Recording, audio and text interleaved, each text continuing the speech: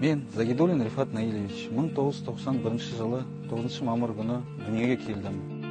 Отбасымызда бір ұл, бір қыз, ата-анам, барлығымыз 4 адамбыз. Ұлтым татар. 2009 жылы номер 8 орта мектебін бітіріп, Қызылорда қаласындағы Қорқыт ата атындағы Қызылорда мемлекеттік университетіне түсіп, технологиялық машиналар және жабдықтар мамандығы бойынша бітірдім.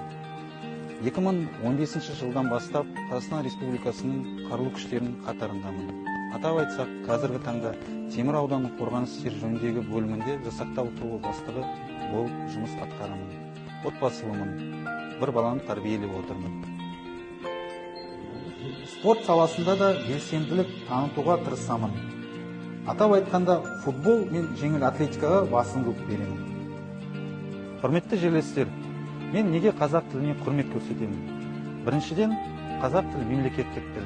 Екіншіден, барлық достарым, көршілерім, қазақ ұлтының өкілдері.